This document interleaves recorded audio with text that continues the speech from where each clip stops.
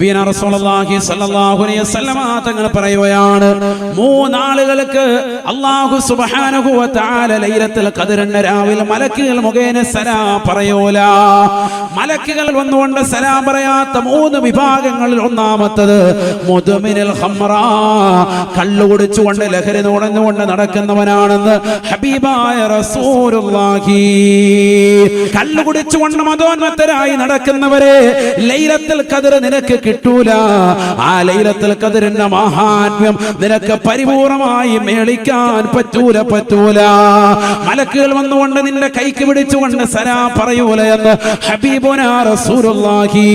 തീർന്നില്ല. രണ്ടാമത്തെ കൂട്ടരാരെന്നറിയുമോ? ആഖുൽ വാലിദൈൻ, മാതാപിതാക്കളെ ബുദ്ധിമുട്ടിക്കുന്നവരാണെന്ന് ഹബീബായ റസൂലുള്ളാഹി. തീർന്നില്ല. മൂന്നാമതായി ബഹുമാനപ്പെട്ട മുത്തുനബി സല്ലല്ലാഹു അലൈഹി വസല്ലം തങ്ങൾ പറയുകയാണ്, റജുലാനി, രണ്ട് കൂട്ടരാണ്, രണ്ടുപേരും പരസ്പരം പിണങ്ങി കഴിയുന്ന കൂട്ടുകാരാണ്. ഈ ദുനിയാവിൽ വിശ്വാസികൾ തമ്മിൽ പരസ്പരം പോരടിച്ചുകൊണ്ട് നിലകൊണ്ടാൽ തന്നെ ലൈലത്തുൽ ഖദ്ർ കണ്ടുകിട്ടുകയില്ല, അഥവാ മലക്കുകളുടേതാകുന്ന പൊരുത്തം അവന് ലഭിക്കില്ല എന്ന് ഹബീബായ റസൂലുള്ളാഹി.